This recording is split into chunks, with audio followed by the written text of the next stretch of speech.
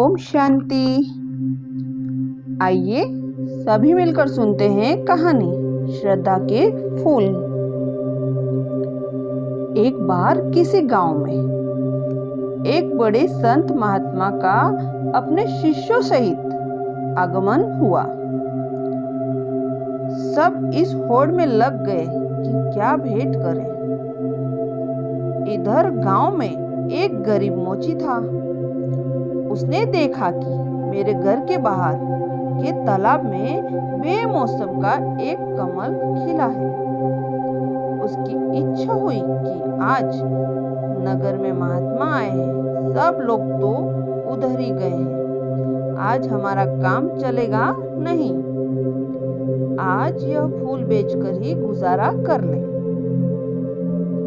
वह तालाब के अंदर कीचड़ में घुस गया, कमल के फूल को लेकर आया, केले के पत्ते का दोना बनाया और उसके अंदर कमल का फूल रख दिया। पानी की कुछ बूंदें कमल पर पड़ी हुई हैं और वह बहुत ही सुंदर दिखाई दे रहा है। इतनी देर में एक सेठ पास आया और आते ही कहा, क्यों, फूल बेचने की इच्छा है?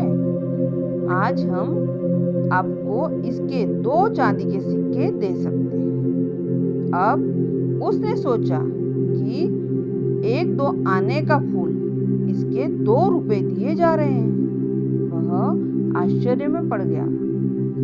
इतनी देर में नगर के सेठ आया। उसने कहा, भाई, फूल बहुत अच्छा है, यह फूल हमें दे दो, हम इसके 10 चांदी के सिक्के दे सकते हैं। मोची ने सोचा, इतना कीमती है यह फूल?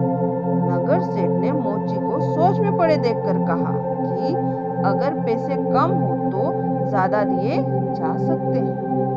मोची ने पूछा, क्या बहुत कीमती है यह फूल? नगर सेठ ने कहा, मेरी इच्छा है कि मैं महात्मा के चरणों में यह फूल रखूं, इसलिए इसकी कीमत लगा रहा हूं। इतनी देर में उस राज्य का मंत्री अपने वाहन पर बैठा हुआ पास आया और कहता है, क्या बात है, कैसी भीड़ लगी हुई है? अब लोग कुछ बताते इससे पहले उसका ध्यान उस फूल की तरफ गया। उसने पूछा, यह फूल बेचोगे? हम इसके 100 सिक्के दे सकते हैं, क्योंकि महात्मा आए हुए हैं। ये सिक्के तो कोई कीमत नहीं रखते। जब हम यह फूल लेकर जाएंगे तो सारे गांव में चर्चा होगी। महात्मा ने केवल मंत्री का भेंट किया हुआ फूल ही स्वीकार किया। हमारी बहुत ज्यादा चर्चा होगी, इसलिए हमारी इच्छा है कि यह फूल हम भेंट करें। थोड़ी देर के बाद राजा ने भीड़ को देखा। देखने के बाद वजीर से पूछा कि क्या बात है? वजीर ने बताया कि फूल का सौदा चल रहा है। राजा ने देखते ही कहा, इसको हमारी तरफ से 1000 चांदी के सिक्के भेंट करना, यह फूल हम लेना चाहते हैं। गरीब मोची ने कहा, लोगे तो तब जब हम बेचेंगे, हम बेचना ही नहीं चाहते। अब राजा कहता है कि बेचोगे क्यों नहीं? उसने कहा कि जब महात्मा के चरणों में सब कुछ न कुछ भेंट करने के लिए पहुंच रहे हैं तो ये फूल इस गरीब की तरफ से आज उनके चरणों में भेंट होगा। राजा बोला, देख लो, 1000 चांदी के सिक्कों से तुम्हारी पीढ़ियां तर सकती है। गरीब मोची ने कहा, मैंने तो आज तक राजाओं की संपत्ति से किसी को तैरते नहीं देखा, लेकिन महान पुरुषों के आशीर्वाद से तो लोग को जरूर तैरते देखा है। राजा मुस्कुराया और कह उठा, तेरी बात में दम है, तेरी मर्जी, तू ही भेंट कर ले।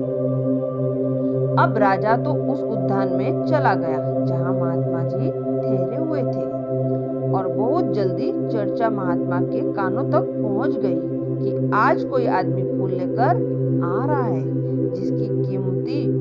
जिसकी कीमत बहुत लगी है। वह गरीब आदमी है, इसलिए फूल बेचने निकला था, जिससे कि उसका गुजारा होता है। जैसे ही वह गरीब मोची फूल लेकर पहुंचा तो शिष्यों ने महात्मा से कहा कि वह व्यक्ति आ गया। लोग एकदम सामने से हट गए। महात्मा ने उसकी तरफ देखा। मोची फूल लेकर जैसे ही पहुंचा तो उसकी आंखों में से आंसू बरसने लगे। कुछ बूंदें तो पानी की तरह कमल पर पहले से ही थी, कुछ उसके आंसुओं के रूप में ठिठक गई कमल पर। रोते हुए उसने कहा, सबने बहुत बहुत कीमती चीजें आपके चरणों में भेंट की, लेकिन इस गरीब के पास यह कमल का फूल और जन्म जन्मांतरों के पाप मैंने किए हैं, उनके आंसू आंखों में भरे पड़े हैं, उनको आज आपके चरणों में चढ़ाने आया हूँ। मेरा ये फूल और मेरे आंसू भी स्वीकार करो। महात्मा के चरणों में फूल रख दिया। गरीब मोची घुटनों के बल बैठ गया। संत महात्मा ने अपने शिष्य आनंद को बुलाया और कहा, देख रहे हो आनंद, हजारों साल मैंने भी कोई राजा इतना नहीं कमा पाया। हजारों साल में भी कोई राजा इतना नहीं कमा पाया जितना इस गरीब इंसान ने आज एक पल में ही कमा लिया।